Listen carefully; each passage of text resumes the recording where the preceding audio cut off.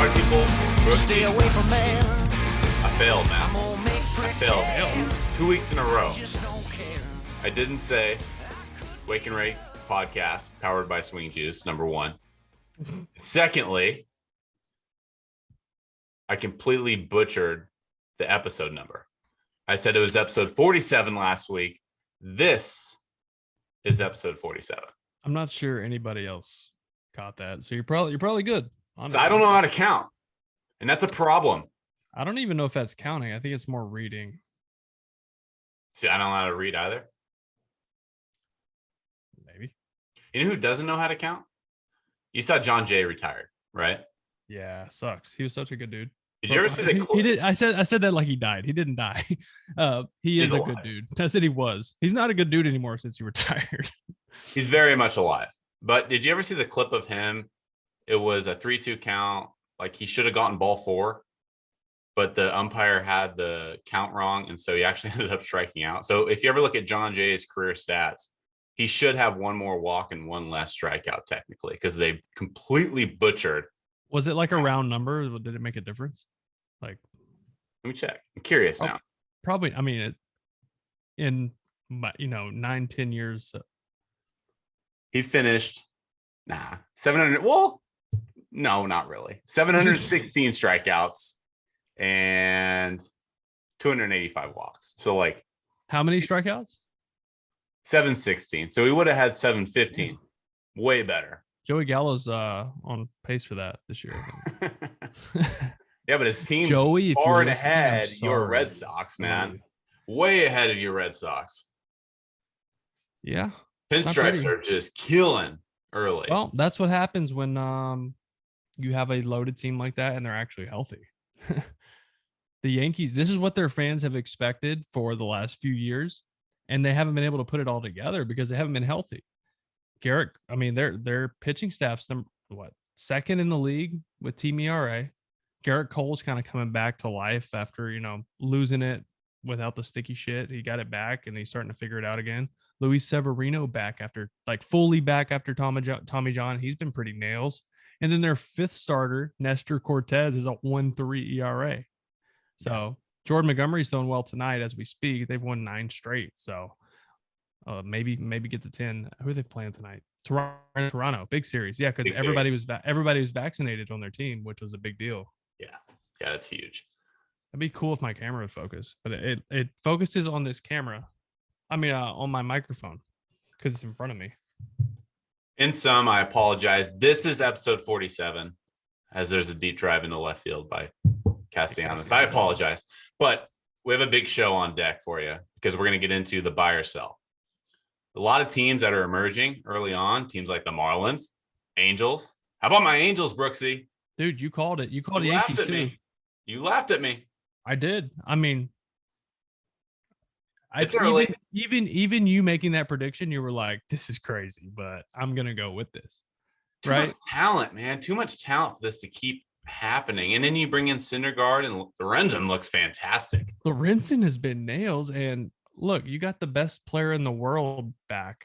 Well, you know what? In the universe back, and he's reminding you of that. Like, hey, I'm healthy. I've had some good conversations with Trout the past couple weeks about the baseballs. And I mean, he agrees these things are dead. And I'm like, bro, you lead the world in OPS and everything right now. Stop complaining. But he's like, no, seriously, like we're hitting balls. He's like, I should have more. My teammates should have more. And I've had a front row seat for the Sox. The Red Sox are right now, I think 6th in the league in barreled baseballs. So barrels, which is a barrel is 98 miles per hour exit velocity and between 26 and 30 degrees launch angle. So a barrel is like 70% of the time a homer. All right. So they're 6th in baseball in barrels. Hard hit is 95 plus. They were like 4th in that. But 6th in barreled baseballs, dead last in batting average and slugging on those barreled baseballs. So that is BABIP. You love BABIP. Yeah, I do. It's a good. It tells you if they're lucky or not. It was bad. I mean, they're like almost last, like second to last. So bad luck. They're squaring up balls, but they've been superly over aggressive and their chase rate leads the league too. It was like 33% chase rate. And I think on all those chases, their contact was only like 52%. So not a good, I just threw a lot of numbers at you, but it all makes sense. Bad luck combined with an over aggressive approach is not good. I already told you I don't know how to count. You told me I don't know how to read, and then you throw a bunch of numbers at me. I know. Bad I sped you up combination. there. That's on me. Bad teammate move. It's just all jumbled in my head right now, and I needed to like get it out. Buy or sell, and then you just touched on it already. Your Sox. We're gonna do a little panic meter action. How you feeling on your Sox? How about the White Sox that are really stifling? They were able to beat the Angels to split the series at home, so they kind of bounced back a little bit, but they don't look great. They've got Luis Robert, but we'll get into that as well. So we got buy or sell, panic meter, but first we have our headlines. You just mentioned launch angle, hard hit percentage, those kind of statistics. On the last episode, I brought up Christian Yelich, and he's hit a home run in back-to-back games, or he did this last weekend. And last weekend, I told you I hit up my buddy who works for the Brewers, and I wanted to get an idea of how they're operating organizationally, how Yelich is maneuvering, because he has to know that he has this hard hit percentage. He has to know that he's hitting balls harder than anyone, yet his launch angle is one of the lowest in the league. And so he's just pounding balls into the ground. And sure enough, because I always come up clutch and I have great sources, he did get back to me. And he said, to confirm, he said Yelich has been well aware of this for some time. So is the organization. It's just a matter of adjusting. So it's nothing groundbreaking here. So you brought that up to me, and I actually went and looked at some of his swings. I'm thinking, like, is he swinging down on the ball? Is this like an old school swing? He's not. It's point of contact. I think he's just getting the ball's getting too deep on him. He knows it though. Like, this isn't, a lot of us know it. Like I said, this wasn't groundbreaking. It wasn't like I solved rocket science here. Right. He knows it though. And so it's really hard to play when you're hitting the ball really freaking hard, not getting the results. And you also know that this, you're getting coaches in one ear telling you that you need a higher launch angle. You got your data guys on the other side, or more traditionalists really saying, no, just keep hitting the ball hard, buddy. Keep hitting the ball hard. The results will show eventually. And then you got your data guys on the other side. So like, it's hard to play like that, but I wanted to give you an update on Yelich because I thought it was interesting that he's well aware. That's a good connection to have. What's his what do his numbers look like right now? I'm trying to pull it up. This last week really helped him because power numbers, he only had one heading in this last week. He's now up to 218, 3 bombs. See, I really thought maybe like the more line drive ground ball guys would start having success since the ball's dead. Mm-hmm. Like, the ball's softer. What's crazy is we're seeing, I'm not leaving the Yelich conversation, but we're seeing balls come off the same exit velocity, same launch angle, and go 15 feet shorter. Like, it's not even close. Like, there's a ton of balls. Hold on, let me pull up. I'm pulling up my conversation with Trout because I was in Boston the other day and we were talking about this. I sent him. Hold on. I'm getting to it. I'm scrolling. Okay. So this was last Thursday. So a few days ago. White Sox Jake Berger hit a baseball 106 miles per hour with a 34% launch angle. Percentage of like batted balls were a home run. In 2018, 74% of the time. 2019, that was 78% of the time. 2020, 88% of the time. 2021, 84% of the time that ball's a homer. 2022, 26%. Wow. A fourth? What? A fourth. You said 80%. Yeah. So that's about a fourth. Yeah. I can do math. Yeah, I don't know numbers. I can't add. You cut out, so I didn't understand you. But yeah, a fourth. So like the ball's coming off just as hard. The launch angle is the same. It's just not going as far. Yes, it's early. I get that.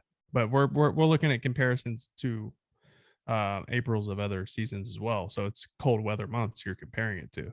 Mm-hmm. But if you look at these baseballs and you're hearing guys talk about it, they are a little softer. The seams are bigger, which gives the pitcher some grip that they're lacking because of no sticky substances.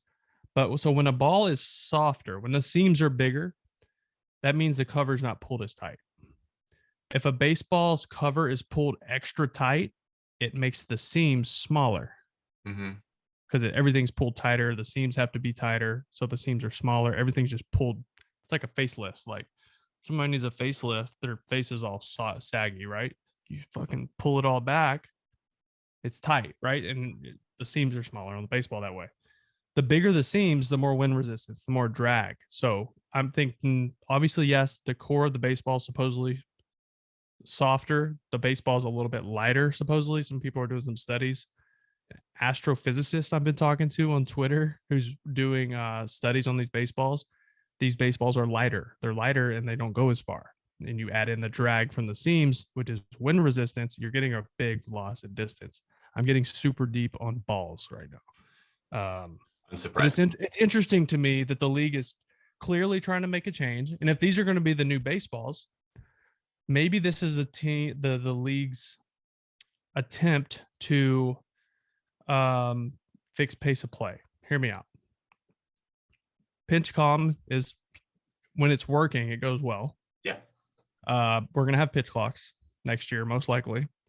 We might see a modified shift, which it will be good for defensive players to be more athletic, but yet there'll be more base hits, more pace of play. It could be a longer game, but there's going to be more action because more base runners, more guys in movement. We might see bigger bases that makes the base pass a few inches shorter, which guys can, that's the difference between safe and out a lot of times. So maybe guys run more. But the biggest thing with the baseballs being changed, this launch angle era would be dead because we're constantly seeing guys line out and fly out to the track or just in front of it. And these balls were leaving the parks the last few years. You can't keep that approach at the plate or you're going to hit $150, right? So in the grand scheme of things, now this will take time. I think it's a 2 to 3, 4, maybe even 5-year process of an overall shift in mindset and approach at the plate, but it might get us back to line drive mentality, balls in the gap, small ball coming back, and not everyone leaning so heavily on the home run. And at the end of the day, it fixes pace of play. Just a thought. At what risk, though? And I'm all for more line drives, more stolen bases, more activity. Yeah. But now you're messing with. But home runs are careers. fun. Like They are, yeah. Now you're messing with people's money too. That's the thing. Like you can't just expect these guys to change their approach overnight. Like there has to be some type of process where Major League Baseball has to get it passed through the MLBPA, or there has to be some type of negotiation between the two sides. So that's the bullshit. Like that's the shitty part is the league hasn't had to do anything because they own Rawlings and they can do whatever they want. We've had some I'll just say we have had some conversations with Theo, who is a special consultant to MLB now. Epstein. And has a big say in growing the game, changing the game. He has asked, multiple people have asked, because they want Manfred to be more transparent and open about all this. You look at in Japan and Korea, Japan is the main one, but every year at the beginning of the year, they have a press conference to explain the baseball for that year. They do make changes, but they're very open about it. They cut the baseball open, like all that. And they have a complete presser to explain the baseball for that year, and that is the ball. It's transparent. That's what we want. Manfred does not want that for some reason. And I think you'd have less people upset if you were transparent, because people, even if you don't agree with it, at least you know what it is now. But you could still change it after you say that, which I wouldn't put it past the league and Manfred to do that. But I don't know. We're seeing a big shift in things right now. We're still seeing home runs. We're still seeing some home runs, but guys are hammering balls. And home runs, if they go more than 5 rows out, it's a bomb. You're seeing notice how many wall scrapers you're seeing. Now, there's also humidors in every stadium now. Fenway actually had one last year, but no one noticed there was no huge dip because supposedly there still had some of the old balls left. It was a mix because of a lack of production because of COVID in 2020 and all that. I know a lot about balls, man. I know a lot. You need to No get question a my ball knowledge. You just got to do barbecue. You need to use it and do something else with your life. It's a smoker, number one. Okay. A new barbecue. Barbecue is is like a type of food. It's not an action. Is there really going to be that big of a difference between getting a smoker and getting a barbecue? Like, what's the difference? You're cooking Okay, a so tri-tip. What's the you're not hearing me out. What do you mean getting a barbecue? You have barbecue. Barbecue is a type of food. Okay. You're thinking like a A grill. grill. Okay, so a grill, like a propane grill. Right. That's what I have. Yeah, I know. I'm just messing with you. I knew what you meant. So a smoker is you can make briskets and you can cook things really slowly and like they absorb and the meat, the smoke, and it just enhances flavor. You cook like briskets, ribs, pork shoulders. You can literally do anything in this Traeger because it's like an adult easy bake oven. it's like set it and forget it. It's so easy. You got to get one. I might send you my old one. I'll just ship you this 600-pound grill and see if it ever makes it there.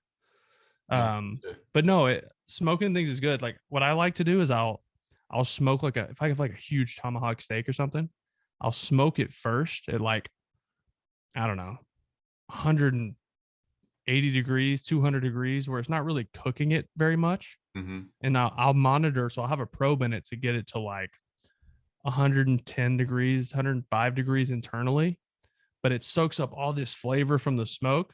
And then I'll pop it on the propane grill when it's like 600 degrees, sear it, get it to like 135, take it off like medium rare. That way it has the smoke and the sear. Chef's kiss. Little chimichurri. We're all over the map tonight, and I love it. This is going to be a good listen. Little chimichurri. Oh, yeah. I know you like big yourself fan. some chimichurri. Big fan of that. Yeah. I'm a big sauce guy. Like even when it comes to like French fries, give me all the ketchup. I haven't dabbled with the chimichurri at all. Oh yeah, it's a good. A good one. Chimichurri is good to have on hand. Like obviously good to make it fresh, but if you just have some that you like that's already made, if you ever overcook a steak, just throw some chimichurri on it, and it's so good. And no one will ever complain because you're like, oh, the flavor's really good. You said if I ever overcook a steak, that's adorable. Well, you called my grill a barbecue, barbecue, so I wasn't sure if. I've never overcooked a steak. Probably because you never cooked one. That's not true. I make a very good tri-tip. Thank you. Tri-tip. So California. Costco from Fresno. Not anymore. Sacramento boy. Actually, you know what's funny is we are all over the map today, literally and figuratively. I'm like neighbors with Logan Webb's family now out here in Rockland. Yeah. So I'm like a Logan Webb super fan now. We're like bros. We used to practice together. We used to throw bullpen sessions together. Now we're neighbors. No big deal. Did you teach him anything? I mean, I taught him his sinker, his slider, his changeup. I mean, his body type. Yeah, like I get half of his paycheck because. Okay, let's move on. All right, let's actually get to our podcast. You mentioned new rules that are going to be into effect come next season. Did you see the minor league kid? And I apologize, I don't have his name. The Midland Rockhounds. Yeah. Was in the box. Hit a. I almost felt like the umpire was like having mercy on him after that swing he took. It was bad. It was like oh God, excuse me. Oh, I can't stop. That's a ball, but I'm gonna keep swinging so I don't snap my wrist in half. Yeah. And the count's now 1-2. He maybe had 1 foot out of the box for a second and a half, maybe just to reset because he just took the worst swing of his life. Right? This is professional ball, and he took like a really awful swing, which happens. Mm-hmm. He literally, it's not like he walked around like putting like pine tar on his bat. He had 1 foot out of the box for 1 second. It was like 1.5 seconds. It was nothing. Stepped in, rung him up, go sit in the truck, chief. That was brutal, and it's terrible for the game, and that can't happen because no one there wants to see that. They want to see the kid hit a ball in the gap and run, or the pitcher blow his doors off and strike them out because it's baseball. You don't get people out by having them step out of the box. Come on. It was Jordan Diaz of the Midland Rockhounds. It was automatic strike with a 2-2 count because it wasn't, quote, ready for the pitch fast enough. That's all part of the new rules. The pitcher wasn't even ready to throw. I know. In Class AA, pitchers have to deliver the pitch within 14 seconds with the bases empty. 18 seconds with a runner. AAA too. So that's a dumb rule, and they limit the amount of times you can pick off. And if you pick off, one extra time, they call it a balk, I think. I think the point of the rule is to get rid of the egregious Sergio Romos of the world, where they take a lap around the mound, or the egregious hitters that wipe off the batting gloves and put more pine tar on and but there's not do their that rituals. Everybody bitches about that, but there's not that many guys. There's minor league games fly because you know why? The longer you're at a minor league game, the darker it gets, and the lights are dog shit, and you can't see the seams on the ball. So they're like, let's go before it's 8:30, 9 o'clock at night, and I have no chance of getting a hit off that guy coming out of the arm barn throwing 107. As a pitcher, you love that. Yeah, those lights are bad. They're bad. But my point is that I think it's actually good for the game to get rid of the egregious. Yeah, but I think there's like a 20-second clock. Like, I don't think you need a 14. 14's fast. I've heard a lot of pitchers be like, dude, I can't even catch my breath. And also it's taken away the strategic side of pitching, because you're just like, I get the ball. Okay, that's a sign. Fuck it. I'm throwing it because I don't have time to shake, because I read that swing.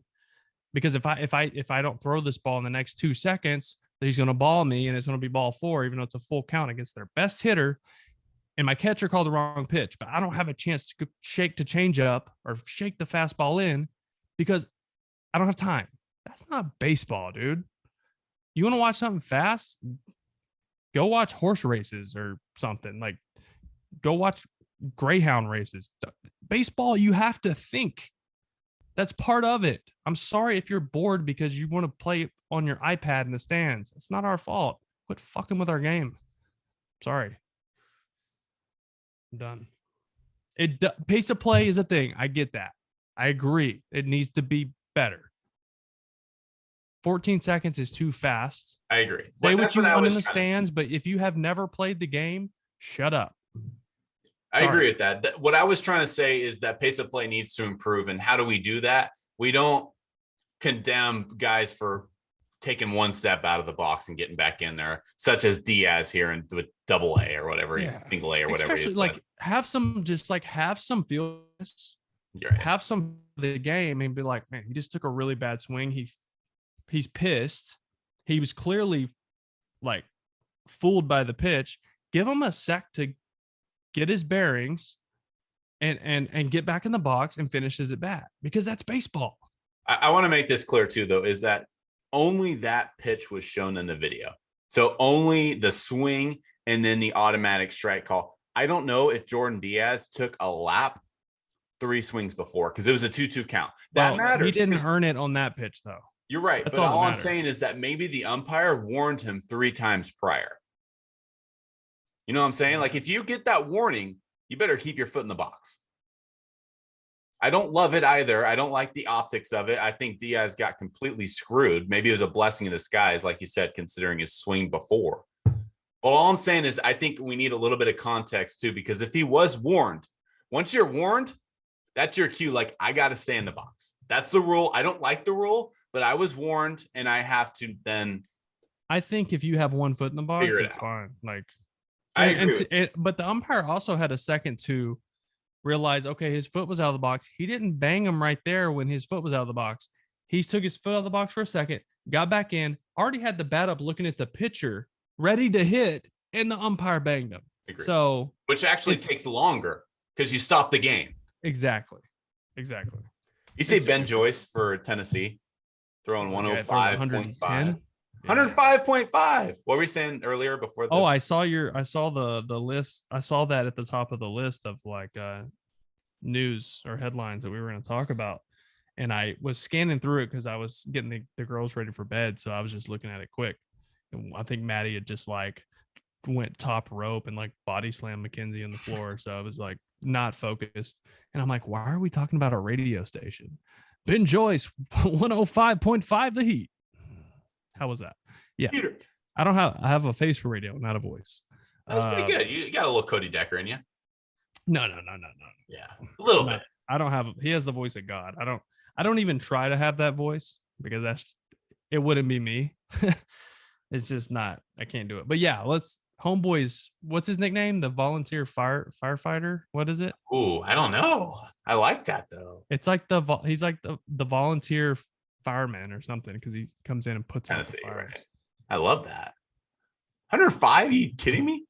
That's nuts. 105. Well, it came up as 106 because it was 105.5. The volunteer fireman. It's funny, man. Like I look at baseball now. When I was a kid, I used to tell myself, okay, all I have to do is throw 90 and I'll have a shot. You know, getting drafted or whatever. Yeah. But I'm 25 now. So people that are hitting the big leagues now are generally 24, 25 years old. And I'm like, I don't think 90 would have done it for me. Like I would have had to throw 100 to even have a shot. If you throw 90, you have to be like super spin, super deceptive attack angle, and like be like Joe Ryan, like have a nasty, like, you know what I mean, where it looks filthy. But when you're 6'6", it's not going to be deceptive as the guy who's 5'11". I have a hell of a stat for you. So you saw Clayton Kershaw broke the Dodgers all-time strikeout record, right? He was like on the mound too. He was like, okay, thanks. He like tipped his cap and he got back on the mound, and the umpire and the catcher were like, nope, you're going to take your time and enjoy this. And he's like, let's go. Like he just wanted to pitch. Oh, wrong hand. Lefty. Just wanted to pitch. And but that's who he is, man. That's what I like. That's what I love about Kershaw is he's like, I don't want the attention. Thanks. I know it's cool. I'm like passing Sandy Koufax and all these guys, but can I get this guy out? Because I need to get this next guy out. A lot of people don't remember his 2016 season because he got injured. At one point, he only made 21 starts. And so he finished 5th in Cy Young voting for no reason other than he missed some time. But he was 12-4, a 1.69 ERA. And get this, Brooksy, 172 strikeouts, 11 walks. Yeah. 172 Ks. That was 16 or 15? That was 16. That was 16. That was in wait, he had 172 strikeouts in 21 games? 149 innings. Dear God. People like that might be Kershaw's greatest single season, but not as many will remember it because he didn't win Cy Young because he missed some time due to injury. But he was his, he hurt his back. Was it his back? I think he hurt his back. It's probably his back. I forget. I mean, he's had a few injuries over the years. So carrying the team. 1.69 ERA, 172 Ks. I couldn't believe when I saw the 11 walks. I was just looking through his stat page when he broke the record, and that was like, wow, 11 walks. That's nuts. That strikeout to walk ratio, 15.64. Is that good? Hey, speaking of Kevin Gausman.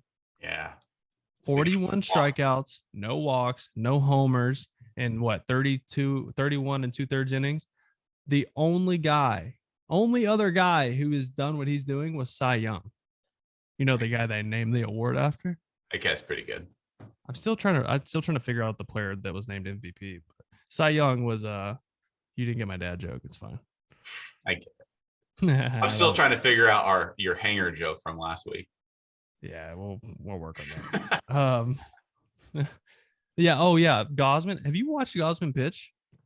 He was with San Francisco last year. I watched. Have you watched him this year? Yeah, I watched his last start against Houston. It was Houston. Boston. No, his last start. His last start. Yeah. And then he was Boston before that. Right. His split is unbelievable. I know. And I have something. Dude, huh? That's why he's one of my favorites because I was a splitter guy. Okay. I'm a sucker for him. He's thrown his splitter 112 times this year, only 5 hits, and the average launch angle on the split -11. So guys are just pound. If you're lucky, one of the lucky ones to touch it, you just pound it into the plate. But he throws a circle too.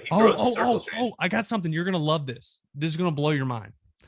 So I reached out to Gausman. It was just like, dude, what's up with this split? It's nasty. I knew him from the past. Like he was in Baltimore, so we were in the same division for a long time, and we were just friendly. And I was like, dude, you're fucking nasty. Like, what's going on? What's the deal with this split? And he's like, man, you want to hear something crazy? I don't throw my split in between starts. He doesn't throw it in bullpens. He doesn't play catch. He doesn't throw his split even one time between starts because it gives him a really bad blister if he throws it too much. That makes sense. We had those blister issues for years because he threw it too much, and he figured out that's what it was from. So he quit practicing it. I need a ball to demonstrate here. So I want to ask next time you talk to Goss, I want you to ask him if he grips his splitter across the ball or if he actually grips it on the seams. No, he's like in between the seams. Because the reason I ask is because when I you can throw a better Bro, splitter. look if up you his throw it grip on right now. It's weird. It almost looks like he has a circle. His fingers aren't split. It's like split, but like one of them is like it looks like a circle on the inside, and it's a split. Look it up. The reason I'll ask Rob, pitching ninja. So I've if you talked to look him at it in on a the while. inside, it's almost making a circle, like a circle change, but then it's like wedged in there, like a split, but it's not a normal like split like that. He has his finger curled like, and I'm guessing that just kind of helps it die like out the side of his hand. I don't know. It's different. He's got Devin Williams airbender movement to it. You know what I mean? Bro, it's special what he's doing right now. The reason I asked those because when I could throw a better splitter when I gripped it on the seams itself, but it would give me blisters. Now, if I gripped it on the non-seam, would you leave it up though? Like I leave it up. You just you don't have get less as much. control. You don't get as much torque with But it. You see, know what I mean? a split it's a feel, right? Like you have to really throw it a lot too. Yeah, trust it. So the fact that he doesn't practice it at all, That's and it's the best. It's like one of the best pitches in baseball right now. that's crazy. Yeah. I don't want to skip over this, but I do want to mention it. But we're not going to spend too much time on it. Trevor Bauer being suspended for 2 years. The reason we don't want to touch too much on this is because we don't know the details of the investigation. So we can sit up here and say we completely agree with the suspension, or we think the suspension is completely bullshit, but we don't know what went on in MLB's investigation. That is being kept confidential. We do know that reason all criminal charges were dropped. Correct. Criminal charges were dropped. Now, 2 more women came out recently and have accused him of certain things that happened behind closed doors. Again, we don't know the details here. So I'm going to put it on the back burner. I have nothing to say. Yeah. I mean, we don't know yet. So we don't know the details. So we don't feel right really touching on it. But that is happening. 2 years. Trevor Bauer will be on the shelf, will not be allowed to play in Major League Baseball. Do you think that is so? I'll say something. I'm not going to say whether I agree or disagree. I just think that it is a very, very firm punishment by the league by looking at past issues. Agreed. Just Marcell Ozuna to be exact. So Marcell Ozuna had a cast on his hand because he broke his hand or wrist or something. He got hit by a pitch, I think, beginning of last season. And he punched his wife in front of a cop. Like the cops were there, like they saw it. Marcell Ozuna's playing baseball this year. So a little consistency, but like you said, there's a lot of stuff we obviously don't know. So I'm not going to get into it whether I agree or disagree. I just thought the inconsistencies to suspensions were a little weird. I know I know Bauer didn't really cooperate with the league. I know he's been very outspoken against the league and the commissioner, Manfred. So it almost just seems like some beef between Manfred and him because I don't know all the details, obviously. So I mean, anything sexual harassment or putting your hands on a woman in the wrong way, I condone. I have 2 daughters, and you did not condone, right? Right. That's yes. Obviously, I don't want to correct you. Yeah, but I mean, I've never been for that, but now with 2 girls, like it pisses me the fuck off. Like I literally get angry when I see this because if that happened to me and that like something happened to someone, I'm probably going to jail because I'm beating the living shit out of somebody. You know what I mean? Like, so it's not a subject that we should take lightly, and I don't know all the details here, so I'm not going to get too deep in it. But 2 years, that's a lot. That's probably his career. Like he's probably done. He's going to appeal it. We will stay tuned to hear the news there. And like you said, he's not well liked by the league, by the media. He's upset a lot of people during his journey.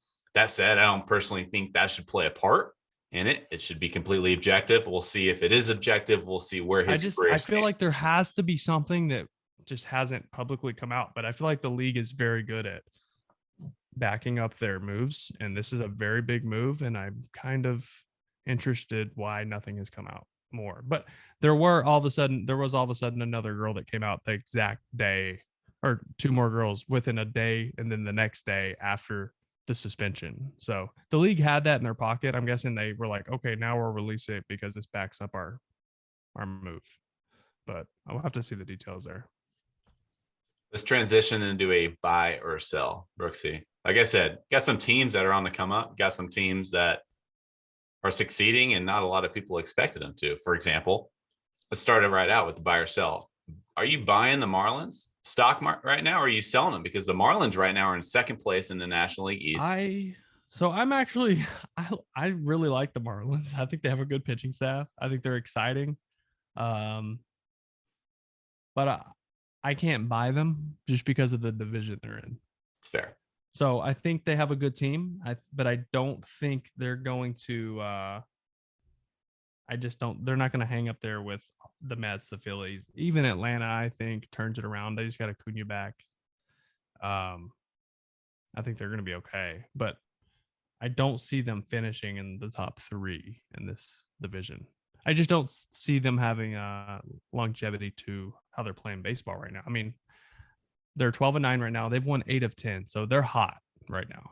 They're hot. So they're a good ball club, and they make that division that much tougher. And now you just can't go to Miami. So let's say you're the Mets or the Braves or the Phillies, and you're thinking, man, like we have to win every series or we're going to miss the playoffs. Even with the bigger playoff structure, like that division is really tough. So now there's one less team that you can take your foot off the brake or the accelerator. Like you have to stay on the gas. Miami will beat you. They're really good. And then their pitching staff's been really good. Yeah, for that reason, I'm buying him as a competitor. I'm not necessarily buying him as a contender for the NL East. Oh, I'm buying them as a competitor for sure. sure. I thought you meant like buy or sell. Like, is this a playoff team? No, I think it. Yeah, I mean that's more so what I meant. I believe this team. I agree to buy them as there. a competitor. You have a really good defensive catcher in Stallings. You got Jazz that's electric every single time he takes the field. He got his blue hair back. Do you see that? Huh? His blue hair is back. I know. I like it. That's yeah. He's gonna be exciting. You pick up Nelly Cruz at the deadline.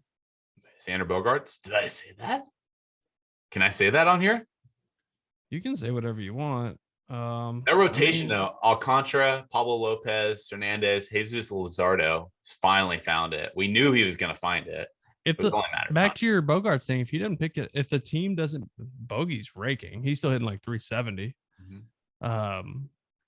His approach plays with the dead balls because he's a line drive guy. He's not a big aired out homer guy. But if they don't pick it up, because that division's really good too. That's a real thing. Like he could get moved. That sucks because they have a safety valve of Trevor Story playing short. So, are you buying or selling? That's a good point. I actually didn't think about that. But you have some big prospect infielder that could be coming up too, maybe. But what about Jeter Downs? Where's Downs? Tristan Cassis. He's a first baseman. He's a first baseman, big donkey, like hits tanks. But he's been struggling lately. But he hit a homer today, I think. So, are you buying or selling the Seattle Mariners? Dude, I like the Mariners a lot. How about that whole division? I'm buying the Mariners. I think last year they're not even playing like great baseball right now. They're 12-10. They've won. They're 5-5 in their last 10 games. Obviously, this is on Monday night, so if you're listening to this on Tuesday, that could change a little bit. But I'm buying them. Man. I like this team. I like JP Crawford. He's starting to figure it out. Ty France rakes.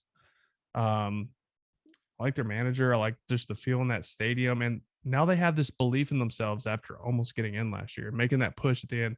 Logan Gilbert has been unbelievable.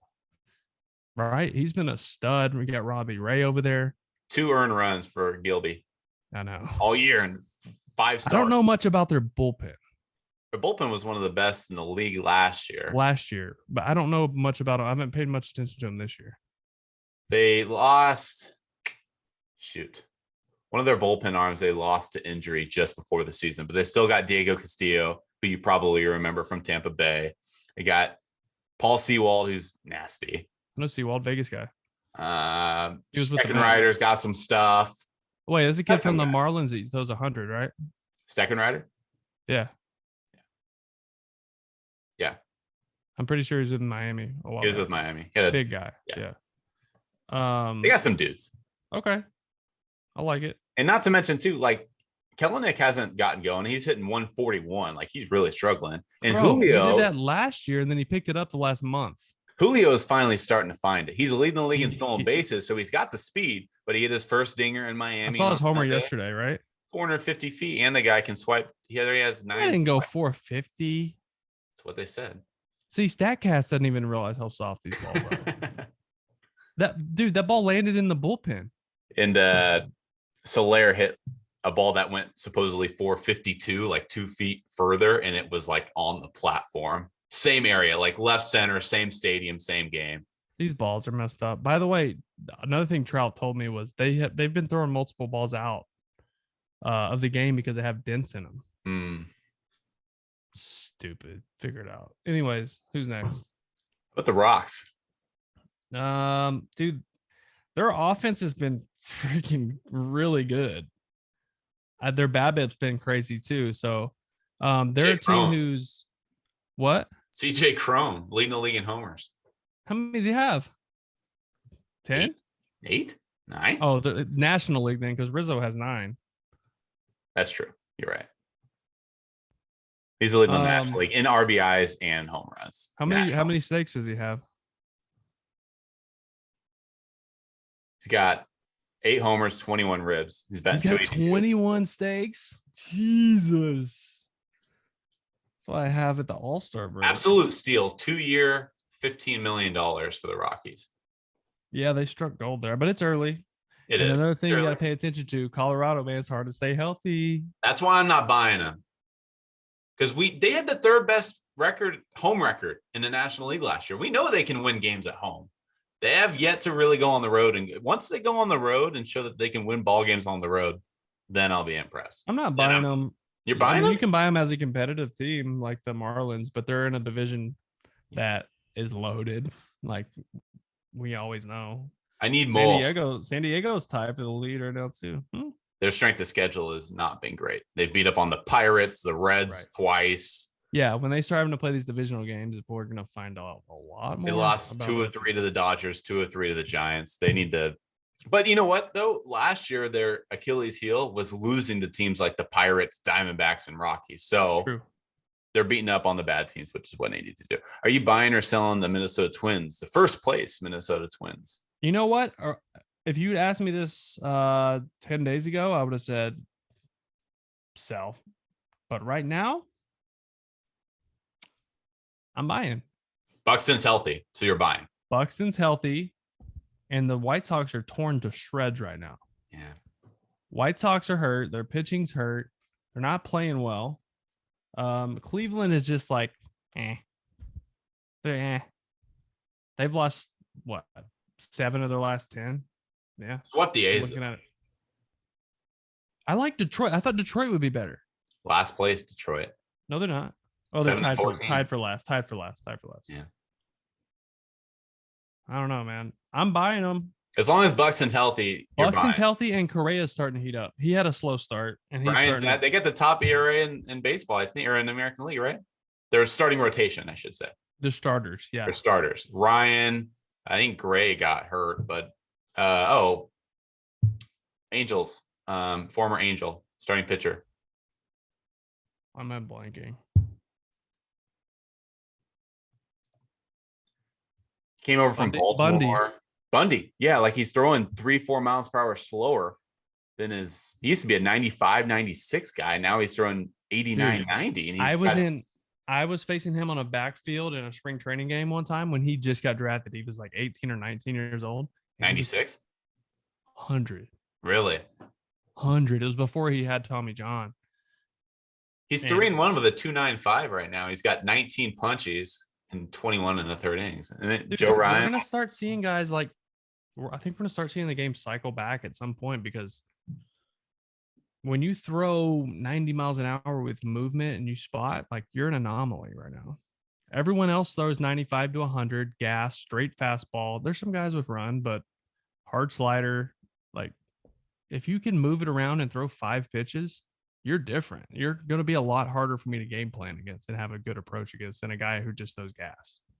I'm not buying the Twins. Who's going to win that division? White Sox. You're just a White Sox Lance Lynn's Stanek going to come back. Dylan Cease is phenomenal. Michael Dylan Cease Kopech was is nasty. filthy They need today. to take the collar and leash off of Kopech and let him go. I agree.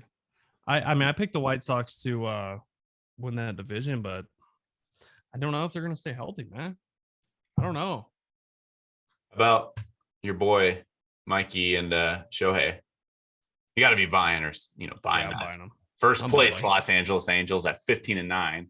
I'm buying them because Shohei hasn't even gotten going yet, and they're still balling because Taylor Ward, dude, is he still hitting like 390? He's player of the week. He should be. He'd be player of the month. The best player on the Angels is not Mike Trout or Shohei Ohtani. What if I told you that? Mike Trout is way better than him, actually. Not last week. He didn't win player of the week. Doesn't matter. He didn't need another watch. The league OPS. You want to see what you get for player of the week? Hold on. Go ahead. I'm listening. Did you get one? 2. Wow. You see my medals back here for student awards for Spelling bee. spelling. Look. That's pretty cool. Is it a Rolex? No, they're not forking out Rolexes. No chance. I don't know who makes it. I don't know. It just has American League in it. That's cool. Yeah. Want to send me one? The Angels, by the way. So the league average this year for OPS across the league is 672. The Angels have 9 different players with a 672 OPS. Or more. Did you tweet that? Yes. I saw that. That was really good. That was really good. Trout's still over like 1100. I think he had a bad day today because Cease was punching his ticket. Mm-hmm. Yeah, he went golden sombrero. He had 4. Watch him. He had 3 against Cease, and then he struck out once more. Is he sick? Yeah, he It's had some bad pizza, bad Chicago deep dish. Mets. Oh, First place Mets. of course I'm buying. No DeGrom. Okay, here's the thing. The Mets last night, Scherzer threw. Didn't have it. He came out, punched out the first 5 guys, and I was like, "Oh, let me settle in this recliner real quick, because he's about to throw a perfect game." Like his stuff was that good, and then Schwarber was like, "See ya, me," and like smoked him into the bullpen. Comes up, hits a second one. Harper takes him deep. I mean, they scored 4 runs off 3 homers, but that's all they got. Scherzer was nasty, but here's the difference with the Mets. The last 3 years, they've had good pitching, right? Their bullpen's been shaky, but they've had good starting pitching the last few years, but their offense didn't do shit. Dude, their offense is like the second best offense in baseball right now. They're hitting 262 as a team. Getting on base, too. Right, and they're playing in New York. Like, it's still cold. They're giving credit to guys like Canna and Starling Marte and Eduardo Escobar because these guys. And let's not forget, because we crushed him all year, Francisco Lindor is back. Hell yeah. Did you watch his when he was mic'd up last night when he was playing? I hated it, but yes. Why do you hate that? I don't love guys being. I'm okay miking him up, but don't ask him questions. Mike, all the players. Okay, here's the thing. Here's the thing. Those players, it's optional. They can say no. I know. I'm not mad at. They also say no. Hear me out, because I had this conversation with people. Then they also say, are you comfortable fielding questions, or do you just want to wear a mic and then we can just like show a segment later of what you're doing and like chop it up, edit it and show moments. They have that option. The player said, yes, I want to. And thank God, because it is so cool, because he's talking to second baseman. What's his name? Guillerme? What's it? Guillerme. Yeah. He's like obling some Espanol to him. And Eddie, why am I blanking? Who's doing the game? Eduardo Perez was like, all right, what'd you say? And he's like, oh, we're talking about the ball up the middle. Like, do I go behind him? Does he come in? That is peeling back the layers of the game. And kids watching this, or even grown-ups watching this, are like, shit, I didn't know that. Like, that's really cool. Or he's like, blah, blah, blah, blah, says something to him, and they're like pointing in the sky, like, what'd you tell him there? And he's like, oh, like when the sun's going down, it's twilight. He was looking for the word twilight. And he didn't know it, but he was like, when it's twilight, the fly balls go up and they disappear. So we just say, like, call them out. Let's communicate. Like, just little things like that help grow the game, dude. Like that's I'm not teaching arguing kids that. stuff. It I, was I, so I cool. And then he's like talking to, oh, I'm almost done. I'm fired up about this because it was so fun. It was so cool. He's a superstar and he's talking about Max Scherzer and how you can't talk to him on game day because he's a psychopath and he can't look him in the eyes because he looks like a border collie. And boom, Reese Hoskins hits a 2-hop screamer at him. You hear the ball off the bat and then you hear the ball in his glove. Boom, turns to double play. He's talking shit. I fucking loved it. It was so fun. Okay, go. I'm done. Sorry. 102 off the bat, by the way. I know. can't argue anything you just said. I support everything you just said. Like, I agree with Then everything. just stop there. I don't like the distraction. That's all. They have the option. It's great for the game. I know it is. I'm saying I don't like that Frankie agreed to do it, is what I'm saying. I want my players to completely focus in on the game. So I've yet to see anybody mic'd up make a bad play while they're mic'd up. I've seen Mark Cannon mic'd up when he was with the A's 2 years ago, I believe it was, and put up a pretty yikes of an at bat. They mic'd him up while he's batting. I'm okay with mic up guys as much as you want. Mic them all up. I don't love them asking the questions in your ear. That's all. Because they ask, hitting, you know, like, okay. oh, I can agree with do you have the best hair on the team, Frankie? And then 102 miles per hour ground ball. Defense is one thing hitting. I don't ask me questions while I'm hitting. I think defense is fine. Even as a shortstop, I'm like, I think it's okay. And I thought it was really cool that he got a ball smoked at him and rolled a double play while he was talking. It's great for the game. I can't argue that. It's awesome content. I can't argue that.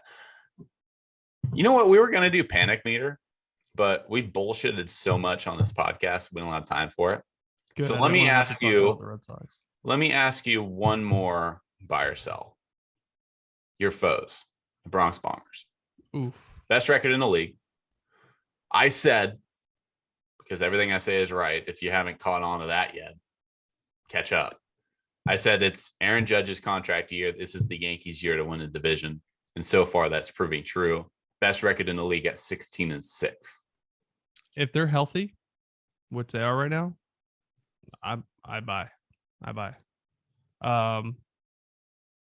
Their pitching is very good right now. Their fifth starter, Nestor Cortez, is dealing with a 1-3. Like, that's how good they are right now. They're playing good defense. They're not, I mean, they're first in the league in home runs per game at like 1.4. So, but they hit homers. That's what they do, especially in that stadium. Anthony Rizzo leads the league with 9 homers. Judge right behind him with 8, and he's hitting 300. But they're like, I think, I don't know, 5th or 6th in runs per game. I'm trying to remember. They're scoring runs. They're like second in batting average. So I mean, they're doing it all. They're scoring. They're getting knocks. They're hitting homers, and they're pitching, man. And they're healthy. If they're healthy, they are going to be the team to beat in the American League. Update from Canada. Yankees are now 17-6. They just beat the Blue Jays 3-2. The Blue Jays are a very good club too. It's a statement win right there. You know, like the Blue Jays are the Blue Jays are like the new kid in school. You know, when you were in school, did all the middle school mostly, like the girls, there's this new kid in school and all the girls are like, oh my gosh, he's so cute. But it's like, you know, all the guys are like, well, he's just new. No, he's just like a new kid. He just transferred over from. That's how people feel about the Blue Jays, what you're saying. Yeah. And I like the Blue Jays. I'm not saying that the Blue Jays won't go on to win the World Series. I'm just saying like they're the new kid in school. People are getting behind that. And this is kind of like a statement win for the Yankees. Yeah. In Toronto. That's 10 in a row too. That's hard to do in the big leagues. It's hard to win 5 games in a row. Glaber went yard. If Glaber gets going, my gosh, like 1 through 9. I think. Where did Glaber play today? DH? Second base. What about LeMahieu? Third. Who started on the mound for the Blue Jays? I'm just trying to figure out why they constructed the lineup that way. It had to have been a lefty. Stripling. Oh, it was a righty, Stripling. Stripling loves to give it up. Like the Donaldson DH. Oh, Donaldson DH. Okay. Got you. Okay. I think they were giving Donaldson a day off for his legs, maybe. Old man Donnie. Old man Donnie. Hey, man. We don't have time for panic meter. So you know what? We're just going to have to do another episode later this week. I'm down. Maybe it'll change my answers because I didn't not like what I was gonna have to say about the Red Can the Red Sox go on a 10-game win streak in 2 days? We'll have to wait and see. in 2 days. We'll have to wait and see. They need to. We'll save that episode because I have a lot to say. You sound concerned. I will I say am that. concerned. I'm concerned with their offense, who was the 3rd best offense in baseball last year, and now they're swinging at everything. Everything. Rosenbag, swing and miss. Okay. Let me just say, I already said it, I think, earlier. Was I talking about their chase rate earlier? They're chasing. They're getting better, but bad luck, too. I think they need.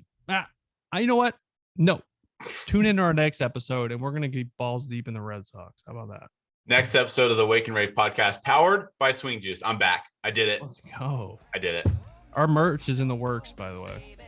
That sounded pretty cool. Merch is in the works. I know. I don't know how I did that without tripping over it, but take it. All right, people. Panic meter. Next episode. See you next time, people.